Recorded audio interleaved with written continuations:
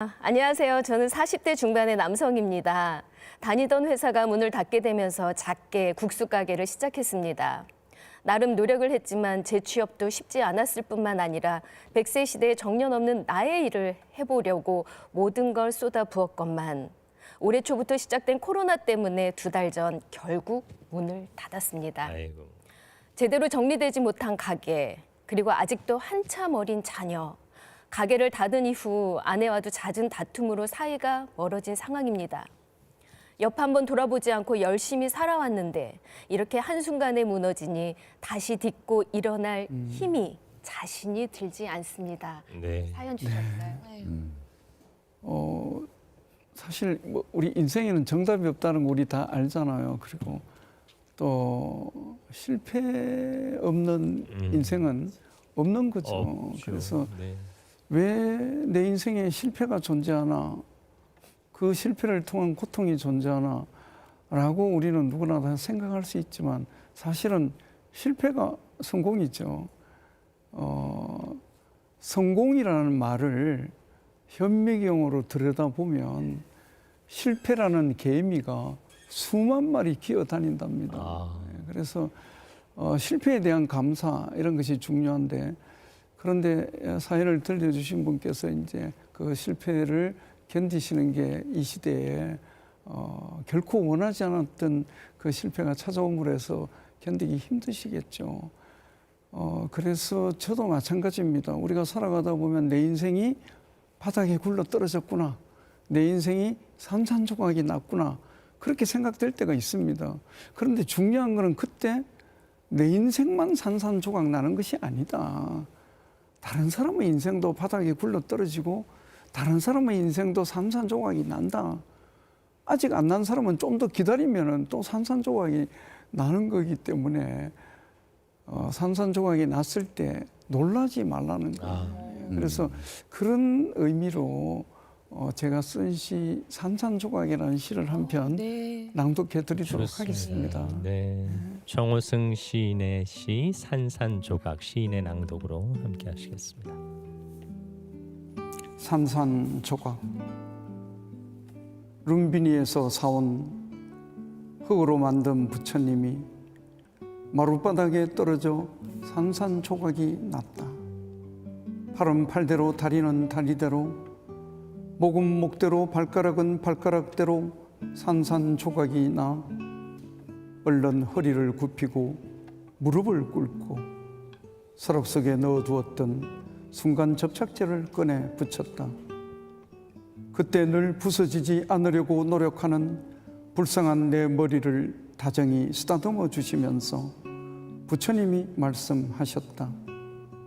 산산조각이 나면 산산조각을 얻을 수 있지.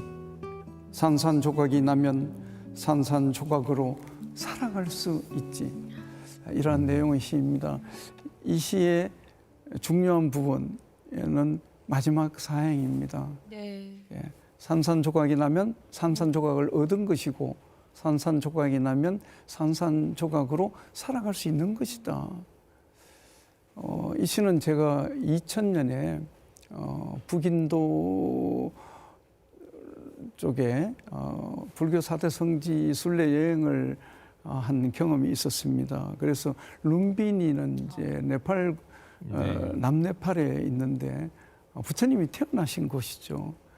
그래서 그 룸비니를 갔다가, 근데 그 당시만 해도 철조망이 쳐져 있더라고요. 근데 철조망이 쳐진 그 정문 앞에 가마니를 깔아놓고 어떤 노파 한 분이 순례 기념품으로 흙으로 만든 제 손바닥만한 앉아 계신 부처님을 순례 기념품으로 파는 거예요. 그래서 제가 그 흙으로 만든 부처님을 사서 집에 와서 제 책상 위에 딱 뒀더니 그때부터 걱정이 되기 시작하는 거예요. 깨지면 어떡할까? 예, 방바닥에 떨어져서 산산조각이 나면 어떡하냐. 집에 있어도 걱정, 뭐 밖에 나가서 지하철을 타도 걱정. 부처님은 멀쩡히 계시는데 이것은 무엇을 의미하느냐 하면은 내 인생이 또 산산조각이 나면 어떡하나 그런 걱정을 하는 것인데, 그것은 동시에 미래를 걱정하는 거죠. 그렇죠. 예. 일어나지 내일을 않은 걱정하는 거예요. 많은 사람들이 저도 마찬가지지만 오늘을 걱정하지 않고 오지 않은 내일을 걱정합니다.